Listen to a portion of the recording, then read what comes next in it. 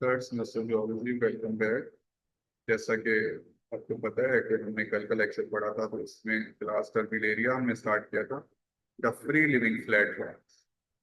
तो आपको, जैसा कि हमने गाइड किया था कि आपके फाइनल एग्जाम में जो हम सब्जेक्ट पढ़ रहे हैं, डाइवर्सिटी, एनिमल डाइवर्सिटी, जिसे हम इनवर्टिब्रेट्स भी कहते हैं, तो उनमें हमने फाइलम प्लेटीहेल्मिन्थीज स्टार्ट किया हुआ है। हमने प्लेटीहेल्मिन्थीज की कैरेक्टरिस्टिक्स पहले पढ़ी, और उसके बाद हमने इनकी क्लासिफिकेशन स्टार्ट की, और उसमें हमने इनका माइनर इंट्रोडक्शन पढ़ा। अब हम वजाहत से इन्हें पढ़ेंगे। तो क्लास टर्मिलेरिया का पार्ट 1 कंप्लीट हो गया था, और उसका भी जो है वो लेक्चर यूट्यूब पे बहुत जल्दी अवेलेबल होगा। तो सेकंड लेक्चर इसका हमारा, तो सेकंड लेक्चर में हम digestion and nutrition in free living flat पढ़ेंगे। इसको हम देखने जा रहे हैं सबसे पहले डाइजेस्टिव कैविटी।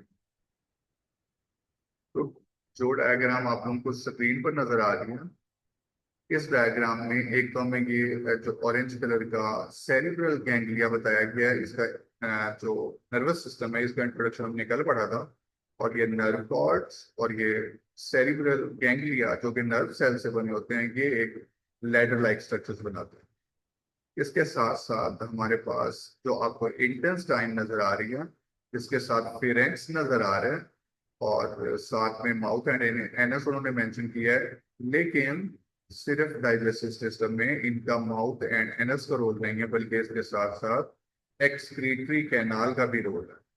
क्योंकि इस एक्सक्रीटरी कैनाल के अंदर एक्सक्रीटरी पोर्स हैं, जो क्या करते हैं जी, इनका एक्सक्रीटरी सिस्टम परफॉर्म करते हैं। अब आपको पता है कि हमारी बॉडी में वेस्ट दो तरह के, एक वेस्ट है नाइट्रोजीनियस वेस्ट, और एक वेस्ट है हमारे पास अनडाइजेस्टेड फूड मटेरियल। तो इनके पास जो माउथ के साथ अपोजिट जो इनका हमारे पास पोर है, जिसे उन्होंने यहाँ एनस लिखा है, जिसे हम आर्बोरियल भी कहते हैं, जबकि माउथ को ओरल कहते हैं। तो इनमें इनका जो अनडाइजेस्टेड फूड है वो रिलीज होगा।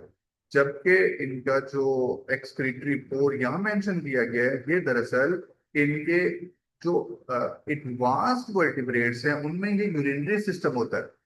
इनमें ये हमारे पास सेकंड सिस्टम है, जिसमें एक्सक्रीटरी पोर है, और इनमें फिल्म सेल्स होते हैं जो एक्सक्रीटरी रोल प्ले करते हैं।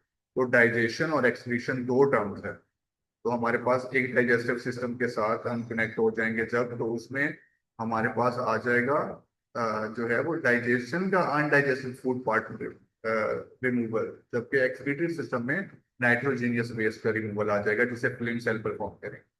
तो हम देखते हैं जी क्या बताया गया है। डाइजेस्टिव कैविटी कुछ मेरीन टर्मिनेरियंस में एब्सेंट होती है, बट मोस्ट, लेकिन ज्यादातर ब्लाइंड डाइजेस्टिव कैविटी होती है। अब यहाँ इन्होंने जो ब्लाइंड डाइजेस्टिव कैविटी को बताया है, दरअसल वो हमें इस प्लेनेरिया में भी बताएगा कि ये जो प्लेरिया जो आपको डायग्राम नजर आ रही है, ये आपको जो है वो हमारे पास जो कलर नजर आ रहा है, डार्क पीच कलर टाइप, जो पिंक से भी थोड़ा सा मैच करता है, इसके ये जो एंड्स है ये ब्लाइंड है, ये प्रोट्रूडेड हैं। हमारे पास अपेंडेजेस लाइक स्ट्रक्चर्स हैं, और ये बाहर की तरफ आउट ग्रोथ हैं, लेकिन ये आगे चल के ब्लाइंड है। दैट्स वाई ने कहा गया कि इनमें ब्लाइंड जो है वो डाइजेस्टिव कैविटी होती है। और ये कैविटी कुछ में सिंपल होती है, कुछ में ब्रांच होती है, highly branch system of digestive tubes. अब क्योंकि हम पूरी क्लास टर्मिनेशन की रिप्रेजेंटेशन पढ़ रहे हैं, तो लिहाजा हम थोड़ी थोड़ी बातें सबकी बताएं। और साथ में ये भी बताया गया है कि जो डाइजेस्टिव ट्रैक है टर्बिलिनियन का, वो बाइलोब है।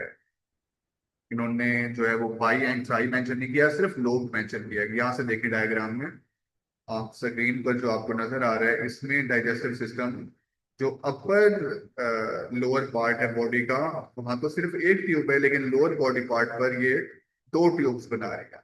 ये दो ट्यूब्स, इसलिए इन्हें लोब भी कहते हैं। डाइजेस्टिव कैविटी इनमें लोब है।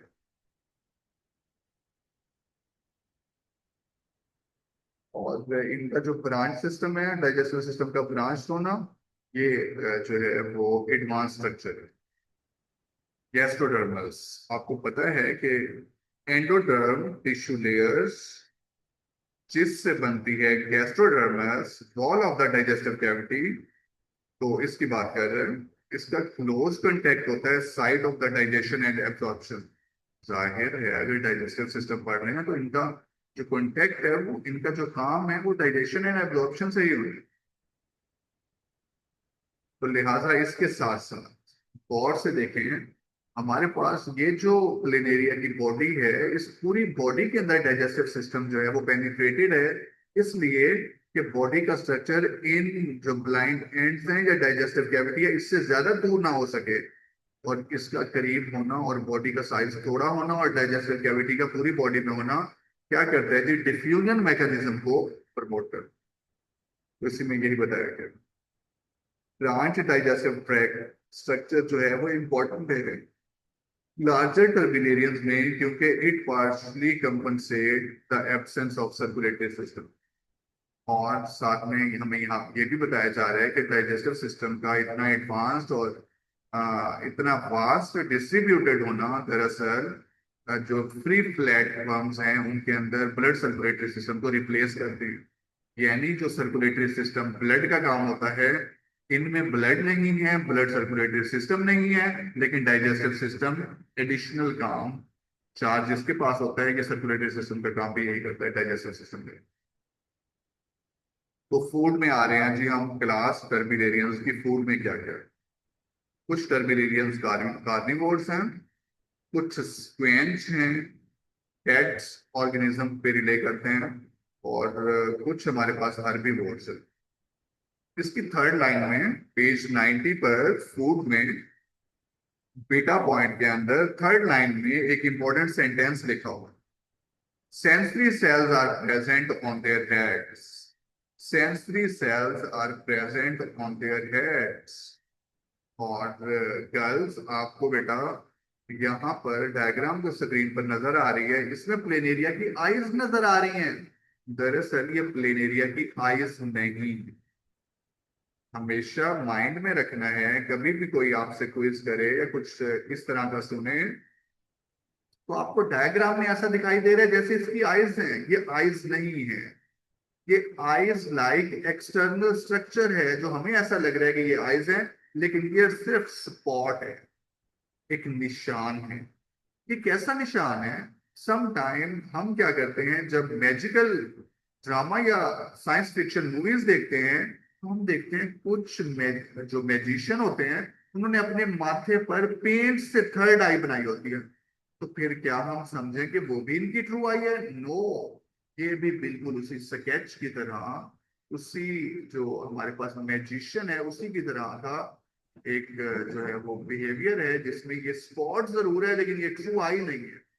इनके अंदर सेंसरी सेल्स होते हैं जो सेंसरी जो है वो रिसेप्शन करते हैं, सेंस करते हैं आसपास इन्वायरमेंट को, क्योंकि ये जो है वो लाइट फोबिक है। इनके अंदर फोटो रिसेप्टर्स होते हैं जो बताते हैं कि आसपास लाइट तो नहीं है। अगर लाइट है तो ये लाइट से दूर भाग जाते हैं, अगर लाइट नहीं है तो फिर उस एनवायरनमेंट में सुकून से रहते हैं। और इसी स्ट्रक्चर का आगे फिर भी वो तस्करा करेगा जब हम नर्वस सिस्टम पढ़ेंगे। तो फिलहाल हमने सिर्फ इसकी एक लाइन पढ़ी। और ये क्या करते हैं जी, डिटेक्ट करते हैं फूड को लार्ज डिस्टेंस से। आते हैं जी इंजेक्शन ऑफ फूड्स। गर्ल्स, इसमें दो चीजें जो है ना आपके लिए बहुत जरूरी है। अब हम एक नेक्स्ट डायग्राम हम देखते हैं।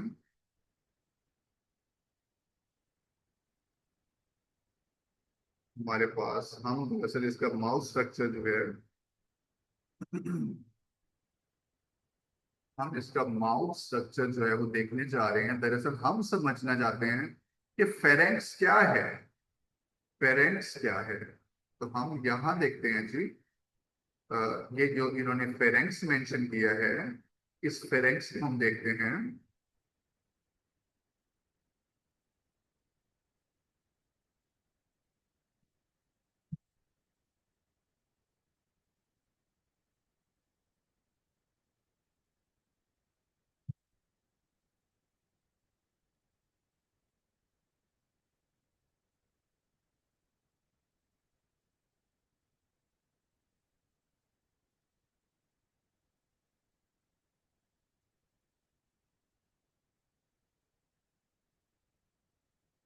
गर्ल्स पेज 91 आप लोगों की बुक में, डायग्राम सी।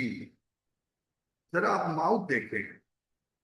हमने कहा था कि माउथ जो है इनकी बॉडी की लोअर साइड पर वो रीजन है जहां से प्रोबोसिस या फिर अपेंडेज निकल रही है।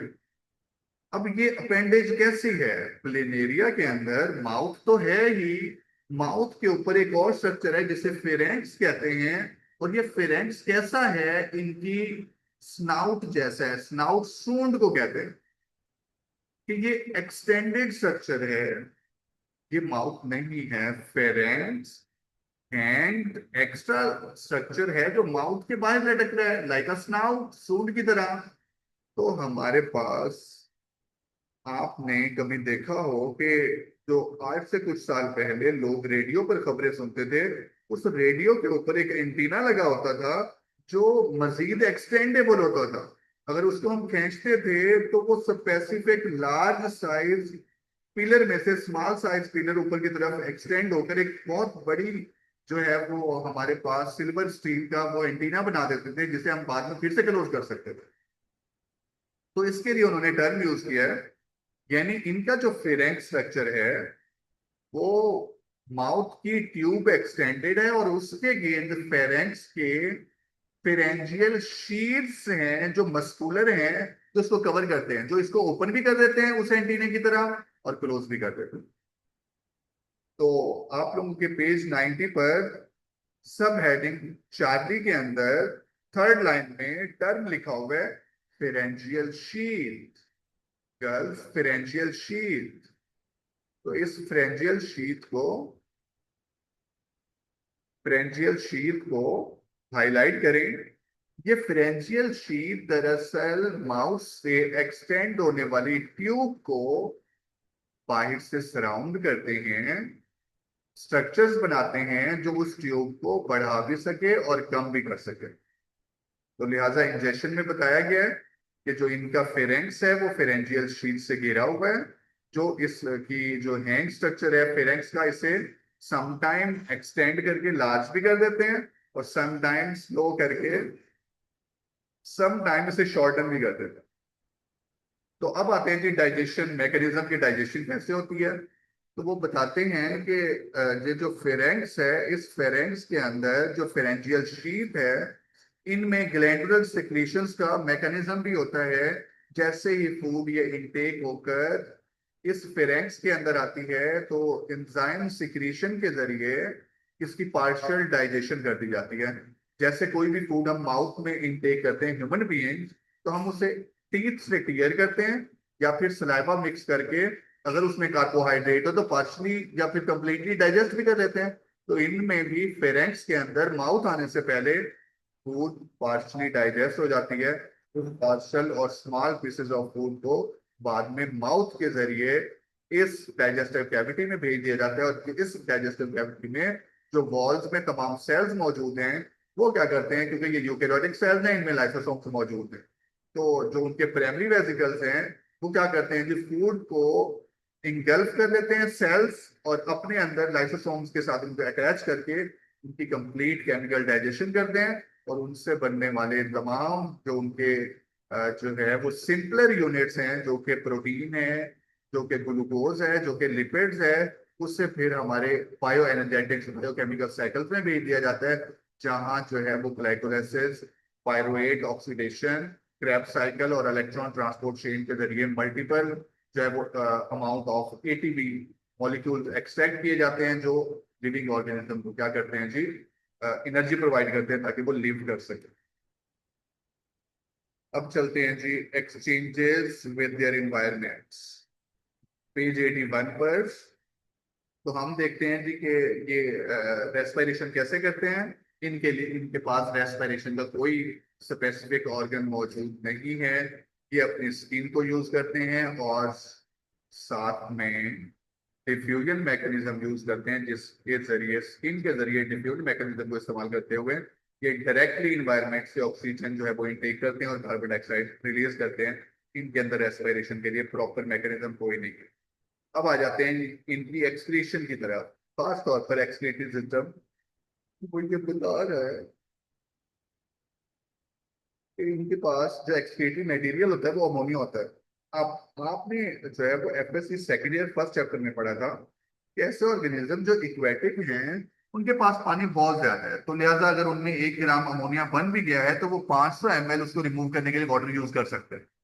फिर हमने कहा था कि ऐसे ऑर्गेनिज्म जो मॉडरेट इन्वायरमेंट में रहते हैं वो तो इतना पानी नहीं दे सकते, लिहाजा वो क्या करते हैं जी, उनकी बॉडी के अंदर ये मैकेनिज्म है कि वो अमोनिया को यूरिया में कन्वर्ट करते हैं और 1 ग्राम यूरिया को रिलीज करने के लिए 50 ml वाटर चाहिए। तो इसी तरह और जो हमारे पास जीरो सील या फिर 0.5 प्लांट्स एंड एनिमल्स हैं उनमें ये अडाप्टेशन है कि वो उस यूरिया को यूरिक एसिड में कन्वर्ट कर देते हैं और यूरिक एसिड को रिलीज होने के लिए 1 ग्राम को रिलीज होने के लिए 1 ml वाटर चाहिए। तो क्योंकि ये एक्वेटिक है तो लिहाजा इनमें कोई मैकेनिज्म नहीं है अमोनिया को मजीद कन्वर्ट करने का, बल्कि ये 500 ml वाटर यूज करके अमोनिया को बॉडी में डिफ्यूजन के जरिए रिलीज कर देते हैं। दरअसल ये डिफ्यूजन इतना सिंपली नहीं है, आगे चल के हम देखेंगे क्या वो इसमें प्रोटोनेफ्रीडिया और नेफ्रीडियोकोर को लेकर आता है, तो उसकी तरफ भी चलते हैं, लेकिन उससे पहले ऑस्मो रेगुलेशन। शायद आप लोगों को हमने पिछले फाइल में भी पढ़ा था या फिर हमने इसी से मुतल्लिक जब इसके जब वो सिंपल कैरेक्टरिस्टिक्स पढ़ रहे थे तो उसमें भी हमने ये देखा था और हमने आप लोगों को कहा था कि तमाम इनवर्टिब्रेट्स जो हैं वो क्या हैं जी, ऑस्मो कन्फॉर्मर्स हैं, इनमें ऑस्मो रेगुलेशन नहीं होती। लेकिन अगर ये इनवर्टिब्रेट्स फ्रेश वाटर में चले जाएं तो इन्हें अपनी बॉडी के अंदर कुछ चीजों को थोड़ा सा मेंटेन रखना होता है ताकि वो सरवाइव कर सकें। तो उसके लिए क्या है, इनकी मजबूरी है कि अपनी बॉडी को फ्रेश वाटर के अंदर हाइपोटोनिक कंडीशन बनाए रखना है। तो दैट्स व्हाई इंग्लिश की टर्म यहाँ पर ऑस्मो रेगुलेशन इस्तेमाल की गई है। They are not osmoregulators, they are osmo controllers. तो उन्होंने इसमें बताया कि इनवर्टिब्रेट अगर तो मेरीन में है तो ये आइसोटोनिक होते हैं, लेकिन अगर ये फ्रेश वाटर में चले जाएं तो खुद को हाइपरटोनिक सिचुएशन में मेंटेन करके रखते हैं ताकि इनकी बॉडी का साल्ट और तमाम चीजें जो है वो कंसंट्रेटेड फॉर्म में रह जाएं बनस्पत जो बाहर आउटस्टैंडिंग इन्वायरमेंट है वो क्या है जी, वो हाइपोटोनिक है। आते हैं जी हम एक्सक्रीशन में। एक्सक्रीशन में वो कहते हैं कि एक्सक्रीटरी ऑर्गन जो है वो प्रोटोनेफ्रीडिया है, इनमें प्रोटोनेफ्रीडिया है। प्रोटोनेफ्रीडिया क्या है जी, ये हम देखते हैं जी, network of fine tubules. Second sentence में पेज 92, एक्सक्रीशन एक्सक्रीशन की सेकंड लाइन में फर्स्ट लाइन में इन्होंने मेंशन किया है कि प्रोटोनेफ्रीडिया दरअसल नेटवर्क ऑफ फाइन ट्यूब्यूल्स हैं। यानी हम जो नेटवर्क ऑफ ट्यूब्यूल इस प्लेन एरिया के अंदर देख रहे हैं इन्हीं को कलेक्टिवली उन्होंने प्रोटोनेफ्रीडिया कहा।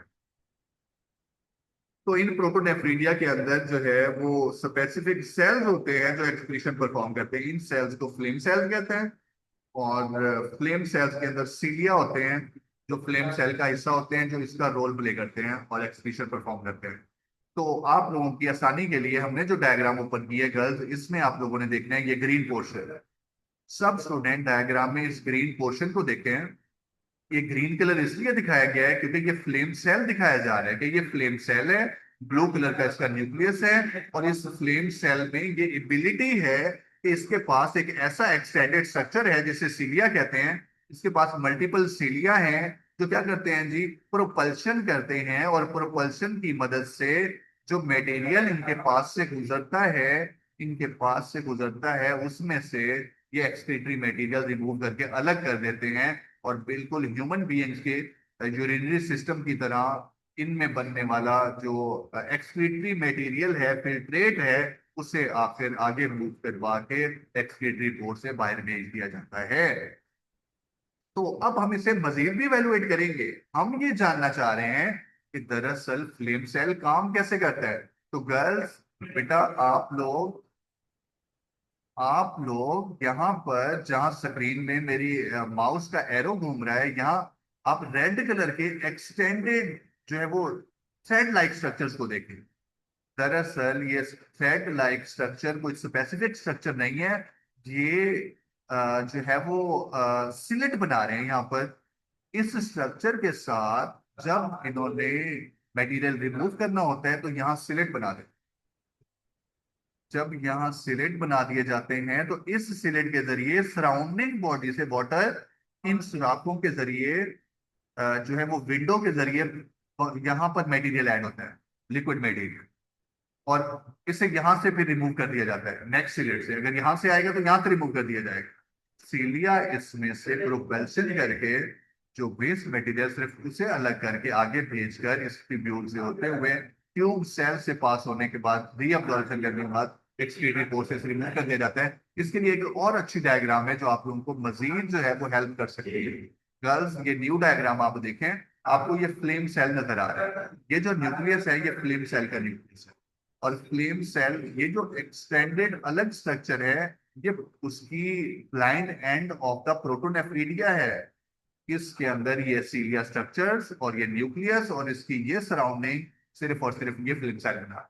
अब होता क्या है, देखिए तीरों के निशान से उन्होंने मेंशन किया है कि जो लिक्विड मटेरियल है, जो लिक्विड मटेरियल है वो बॉडी के बाहर से और इस प्रोटोनेफ्रिडा के ट्यूब के अंदर से यहाँ आता है और यहाँ पर इस सीलिया की बीटिंग के जरिए, प्रोपेल्शन के जरिए जनरेट होता है, जनरेट होता है वेस्ट मटेरियल।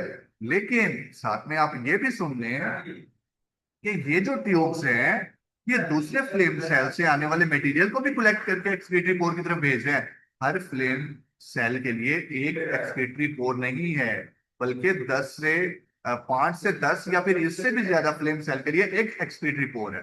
तो लिहाजा कंफर्म हो गया कि जो मटेरियल आएगा वो बॉडी के सराउंडिंग, ये जो ग्रे कलर आपको नजर आ रहा है जहां मेरा माउस घूम रहा है, यहां से मटेरियल अंदर की तरफ आएगा इन सिनेट से। ये जो जालियां बनी हुई है यहां से ये अंदर मूव करके सीलिया क्या करेगा, वेस्ट मटेरियल को अलग कर लेगा और इस वेस्ट मटेरियल को बाकी फ्लेम सेल से भी जो वेस्ट मटेरियल आ रहा है उस तमाम को कलेक्टिवली एक्सक्रीटरी पोर के जरिए बॉडी से बाहर रिलीज कर दी। तो ये इसका ट्रू मैकेनिज्म है जो यहाँ पर लिखा भी हुआ है, लिखा भी। तो स्टूडेंट्स आगे चलते हैं जी हम नर्वस सिस्टम की तरफ। सर जी तो ये एक्सक्रीटरी बाहर की तरफ ओपन होगा? यस, बिल्कुल बाहर की तरफ है ये बेटा। एक्सक्रीटरी बोर्ड बॉडी से बाहर की तरफ ओपन हो रहा है।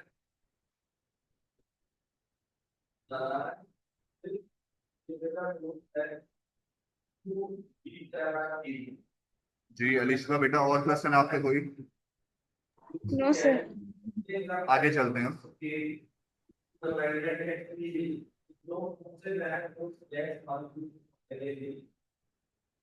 इसके पॉइंट 3 में जो डायग्राम आपको स्क्रीन पर नजर आ रही है, इसके पॉइंट 3 में मेंशन किया गया है कि some solutes are reabsorbed by tubule cells, others are excreted or excreted outside the body, outside the body। और यहाँ एक्सक्रीटरी फ्लूइड जो है वो स्किन सरफेस के साथ है ताकि इन्हें बॉडी से बाहर की तरफ रिमूव कर दिया जाए। उनके पास मल्टीपल एक्सक्रीटरी फ्लूइड्स होते हैं। अब आते हैं जी हम नर्वस सिस्टम की तरफ और सेंस ऑर्गन्स की तरफ। तो हमारे पास पेज 93 पर हमारे पास 3 टाइप्स दिखाई गई हैं नर्वस सिस्टम की। तो जो टर्बिलेरियंस है, इन टर्बिलेरियंस में एसीला और पॉली क्लेडिडा और साइक्लेडिडा, ये 3 टाइप के नर्वस सिस्टम की जो है ना फॉर्म्स है।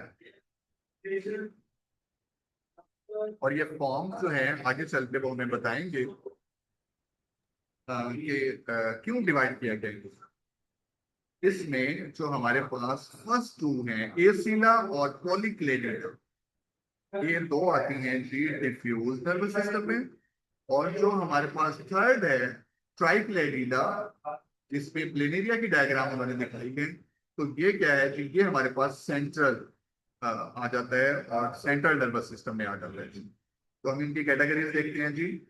वो कहते हैं diffuse nervous system free living planaria के कुछ मेंबर्स, मोस्ट मेंबर्स में होता है, कुछ में नहीं, कुछ में तो सेंट्रल होता है क्योंकि सेंट्रल एडवांस्ड है।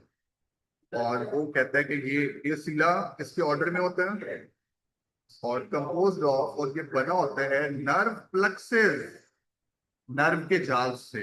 एपिडर्मल नर्व प्लक्सेस यानी एपिडर्मस के नीचे, एपिडर्मस के नीचे हमारे पास ये नर्व्स का जाल मौजूद है, लेकिन क्योंकि ये लैडर लाइक स्ट्रक्चर नहीं बना रहा, दैट्स व्हाई ये डिफ्यूज में आते हैं। और इनके इंटीरियर हेड पर एक सेंसरी ऑर्गन मौजूद है जिसे स्टेटोसिस्ट कहते हैं, और हमने पहले भी इसके बारे में पढ़ा है। लेकिन यहाँ पर स्टेटोसिस्ट का काम सिर्फ और सिर्फ सेंसरी फंक्शन नहीं है, बल्कि बैलेंस ऑफ द बॉडी भी है अगेंस्ट द ग्रेविटी या विद रिस्पेक्ट टू ग्रेविटी, जैसा कि हमने सी एनिमल्स और डिफरेंट और एनिमल्स में भी पढ़ा था। तो सेंट्रल नर्वस सिस्टम है, वो कहते हैं कि मोर सेंट्रलाइज्ड नर्वस सिस्टम होता है और कंपोज बना होता है ये सेरिब्रल गैंग्लिया। हमने जब इसकी बेसिक प्रॉपर्टीज पढ़ी थी तो उसमें हमने सेरिब्रल गैंग्लिया तक पढ़ा था, और मैंने इससे मुतालिक आप लोगों को एक लाइन भी बताई थी। और इसमें बताया जा रहा है कि several pairs of long nerve guards, इनमें नर्व गार्ड भी मौजूद होते हैं, लेटरल नर्व गार्ड्स। गर्ल्स, आप डायग्राम पेज 93 पर देखें, आप लोगों को नजर आ रहा है, नजर आ रहे हैं जी लेटरल नर्व गार्ड, जो लैडर के बाहर की तरफ एज वाली एक्सटेंडेड स्ट्रक्चर है, उन्हें लेटरल नर्व गार्ड कहा है। इसको हम आप लोगों को जो है वो फर्दर यहाँ से भी दिखाते हैं।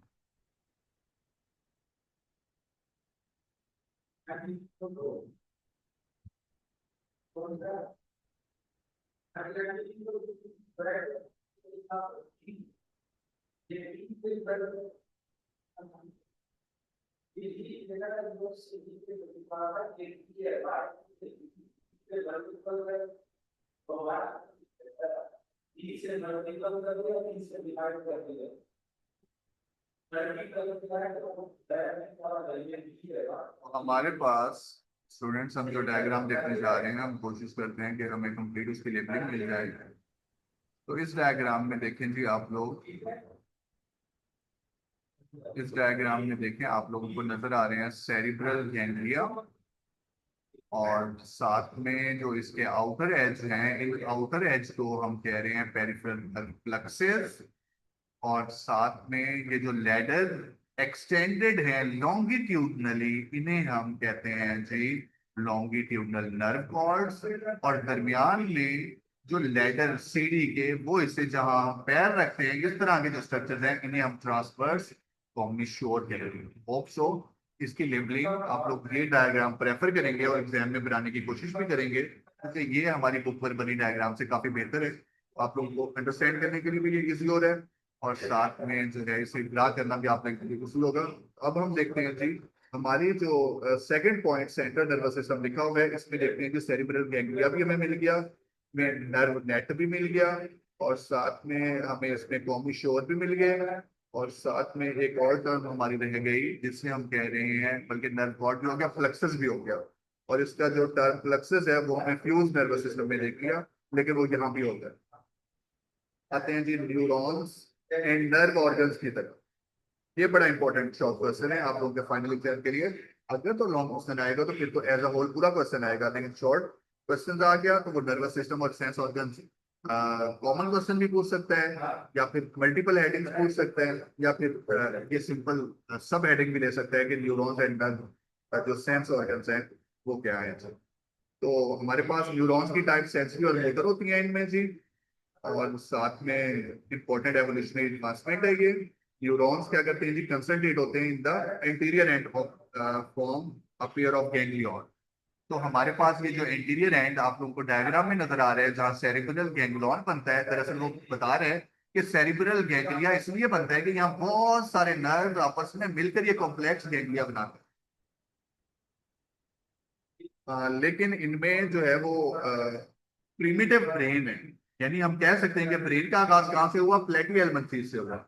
अगर आपके एग्जाम में क्वेश्चन एमसीक्यू आ जाए कि सबसे प्रिमिटिव ब्रेन किस एनिमल में है, तो वो हमारे पास प्लेनेरिया यानी प्लेटी एलमंथीज के मेंबर्स हैं। और वो कहता है कि जी हमारे पास मोस्ट टर्बिलियन में ये मौजूद होते हैं, और मोस्ट टर्बिलियन में सबसे फेमस कौन सा है जी, प्लेनेरिया डुक्सिया। ये तो सेंट्रल नर्वस सिस्टम की तरफ हम आ गए, तो हम दोबारा जो है ना वो third line of the neuron and sense organ की तरफ चलते हैं। टर्बिलेरियंस क्या करते हैं, रिस्पॉन्ड करते हैं variety of stimuli in their external environment, और इनमें जो सेंसरी सेल्स हैं उसकी फर्दर टाइप्स है, और इनमें सबसे फेमस कौन से हैं जी, एओरिकल में कीमोरिसेप्टर्स हैं, और आई स्पॉट ओसेली है। इसको हम देख लेते हैं जी। सबसे पहले पॉइंट में वो बताते हैं कि many tactile sensory sales distributed over body detect touch water currents and chemicals. अब इससे पॉइंट वन नहीं करना चाहिए था। गर्ल्स, जो हमने लाइन पहला पॉइंट पढ़ा पेज 92 पर, जो है वो न्यूरॉन्स एंड सेंस ऑर्गन्स के अंदर, वो पहला पॉइंट नहीं होना चाहिए था, वो इसकी इंट्रोडक्टरी लाइन होनी चाहिए थी। हालांकि पॉइंट यूरिकल से शुरू करना चाहिए था क्योंकि ऊपर वाली तो कॉमन लाइन लिखी है उसने, लेकिन कोई बात नहीं, हम इसकी हेडिंग्स बना देंगे। Uracil is the first sensory lobe project from the side of the head. और सेंसरी लोब है, सेंस करते हैं इन्वायरमेंट को। केमो रिसेप्टर्स जो है वो फूड सर्च में रोल प्ले करते हैं, और जो है वो स्पेशली यूरिकल्स में ही होते हैं केमो रिसेप्टर्स। और यूरिकल्स क्या है जी? यूरिकल्स सेंसरी लोब्स हैं जो बॉडी से बाहर एक्सटेंडेड होते हैं। पेज 93 पर दरअसल देखिए यूरिकल्स क्या हैं। इसके यूरिकल्स जो हमारे ह्यूमन बीइंग के कान की तरह की साइड बाहर की तरफ एक्सट्रूडेड है, इनके ये कान नहीं है, सिर्फ एज बना रहे हैं। उस एज को इन्होंने यूरिकल्स कहा है, और उसके एज के अंदर जो ट्यूब्स हैं, यहाँ पर गर्ल्स, आप जो स्क्रीन पर डायग्राम नजर आ रही है, ये जो एक्सपेंडेड एज है, इस एज को यूरिकल्स कहा जा रहा है। और साथ में इस अकेले को नहीं, इसके अंदर जो एक्सटेंडेड ट्यूब्स हैं जो इसकी तरफ इस तक पहुंच रही हैं, इसको कलेक्टिवली यूरिकल्स कहते हैं। इन यूरिकल्स में कीमोरिसेप्टर्स होते हैं, और इनके साथ साथ इनमें आई स्पॉट होते हैं। आई स्पॉट को ओसेली भी कहते हैं, और इसका ओसेली इज प्लूरल, और इसका सिंगुलर सिंगुलर जो है वो ओसिलस है। और ये क्या करते हैं जी? हेल्प करते हैं animal to detect lights. Negatively phototactic है, ये रोशनी से दूर भागते हैं। और जो है वो each ocellus consist of a cup like depression. जो इनकी हमें आई स्पॉट नजर आता है गर्ल्स, यहाँ पर हम देखेंगे, हमें जो आई स्पॉट नजर आ रहे हैं, ये आई स्पॉट दरअसल आई स्पॉट नहीं है, बल्कि एक खाली कप की तरह का स्ट्रक्चर है जिसमें फोटो रिसेप्टर्स पड़े हुए हैं। आगे चलते हैं जी हम। सेरिब्रल गैंग्लिया उन्होंने टर्म फिर से यूज किया। जरा हम फिर से ये लाइन दो लाइनें देख लेते हैं पेज 93 पर। साथ में हमारे पास जो है वो वक्त थोड़ा कम है, और रिप्रोडक्शन जो है वो इससे हम थोड़ा सा जल्दी कवर करेंगे, ताकि जो है ना हमारी आज का ये कंप्लीट हो सके। ब्लैक पिगमेंट फोटोरिसेप्टर्स, ये एंड होते हैं कप की बेस पर, और वहां बेस पर न्यूरॉन्स मौजूद हैं। न्यूरॉन्स कौन सी? सेरिब्रल गैंग्लिया की होती हैं, जो ब्रेन से इसको कनेक्ट कर देती हैं। और अगर इनके पास प्रिमिटिव सबसे पुराना ब्रेन है in the form of ganglia, तो ये जो है वो हमारी आंखों की तरह फंक्शन होता है। हमारी आंखें देखती हैं, ब्रेन को पैगाम देती हैं, ब्रेन प्रोसेसिंग करता है और कहता है ठीक है, उसे सब नजर आ रहा है, सामने क्या हो रहा है। तो बिल्कुल उसी तरह इनमें भी ऐसा सिंपल मैकेनिज्म। चलते हैं जी रिप्रोडक्शन की तरफ। रिप्रोडक्शन में जो है वो आप क्या करेंगे जी? थर्ड लाइन में वर्ड लिखा हुआ है ट्रांसवर्स फिशन। तो तमाम स्टूडेंट्स जो है वो ट्रांसवर्स फिशन को हाईलाइट करें। ये ट्रांसवर्स फिशन क्या तरीका है? ये बिल्कुल रीजनरेशन की तरह है। वो कहता है कि जो प्लेन एरिया है वो दरमियान से कट जाता है, और कटने के बाद हर हिस्सा अपने नए लॉस्ट हिस्से को डिवेल्प कर लेता है। तो उन्होंने इसके अंदर जो है वो टर्म यूज की होगी रीजनरेशन की भी। रीजनरेट आपको नजर आ रहा होगा, रीजनरेट टर्म उन्होंने यूज किया है फिफ्थ लाइन में या फोर्थ लाइन में। साथ में उन्होंने कहा है कि रीजनरेशन के दौरान अगर ब्रेन एरिया यहाँ से कट हो जाए, कट होने के बाद आधा हिस्सा ये आधा हिस्सा ये, हर हिस्सा जॉइड कहलाए। और ये जॉइड इंडिविजुअल, सेपरेट इंडिविजुअल अपने लॉस्ट पार्ट को रीजनरेट कर देगा, और रीजनरेशन के बाद दो नए जानदार बन जाएंगे। तो इस मैकेनिज्म को इस सेक्सुअल रिप्रोडक्शन में ट्रांसवर्स फिशन कहा गया है, और ये बहुत अच्छा क्वेश्चन है। अब आते हैं जी सेक्सुअल रिप्रोडक्शन की तरफ। एक तो वो बता रहे हैं कि सेक्सुअल रिप्रोडक्शन जो है टर्मिनेरियंस में मोनोशियस भी है, और मोनोशियस में आपको हमें बताने लगा है कि इनके जो रिप्रोडक्टिव ऑर्गन्स है वो मेसोडर्मल टिश्यू से बनते हैं। यानी ये ट्रिप्लोप्लास्टिक है, तो इनमें बनने वाले जो रिप्रोडक्टिव गैमीट्स हैं वो कहाँ से बनते हैं जी? वो बनते हैं हमारे पास मेसोडर्म लेयर से। अब आते हैं जी पेज 94 पर। पेज 94 पर गर्ल्स डायग्राम देखें। ट्राइक्लेन टर्मिलेनियन रिप्रोडक्टिव सिस्टम के अंदर राइट हैंड पर टॉप पर लिखा हुआ है ओवरी, इसके लिए फीमेल रिप्रोडक्टिव ऑर्गन, और लेफ्ट हैंड पे उन्होंने मेल रिप्रोडक्टिव ऑर्गन का नाम लिखा हुआ है। और इससे भी आप जो है ना वो हाईलाइट कर लें, क्योंकि ये डायग्राम जब आप हम बनाएंगे तो जो है रिप्रोडक्शन के लिए जरूरी है। अब हमें क्या समझना है? हमें समझना है इस डायग्राम को जो नजर आ रही है, इसमें हमें मेल, क्योंकि मोनोशियस हर मैफ्रोडाइट है, और हर मैफ्रोडाइट में ये फीचर होता है, हर मैफ्रोडाइट में ये फीचर होता है कि मेल और फीमेल रिप्रोडक्टिव ऑर्गन एक के अंदर ही होता है।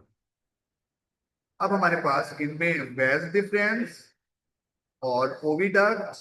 अब राइट हैंड पर हमारे हाथों के राइट हैंड पर जो है वो फीमेल रिप्रोडक्टिव ऑर्गन है, लेकिन जो बिल्कुल हार्ट के स्ट्रक्चर की तरह हमारा राइट होगा तो उस एनिमल का लेफ्ट होगा।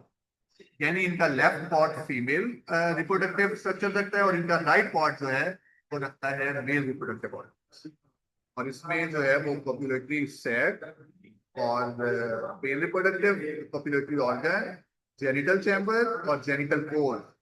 अब क्या होता है, ह्यूमन बीइंग्स में और बाकी एनिमल्स में मेल और फीमेल अलग अलग होते हैं, और उनकी रिप्रोडक्शन के लिए, सेक्सुअल रिप्रोडक्शन के लिए पॉपुलेशन बहुत जरूरी होती है, लेकिन उनमें तो मेंबर्स दो होते हैं, लेकिन इनका तो मेंबर ही एक है। दैट्स वाई एक मेंबर्स के अंदर ही ये ऑर्गन आपस में कनेक्ट करके सेक्सुअल रिप्रोडक्शन करते हैं, और उसका मैकेनिज्म इसमें लिखा हुआ है, ये इतना मुश्किल नहीं है। Female male reproductive organ, female reproductive organ, fertilisation, fertilisation में कॉपुलेटरी सेक्स जो है वो बड़ा इंपॉर्टेंट है। इनके जो है ना वो हमारे पास पॉपुलेशन के लिए, मेटिंग के लिए हेल्पफुल है। उसके बाद इनकी डेवलपमेंट आ जाती है, जैसा कि मैंने आपको उनको कल इंट्रोडक्शन में बताया था कि जो ग्रोइंग एम्ब्रियो या जाइगोट है वो ककून, ककून क्या होता है, कभी आपने देखा इंसेक्ट्स मट्टी का थोड़ा स्ट्रक्चर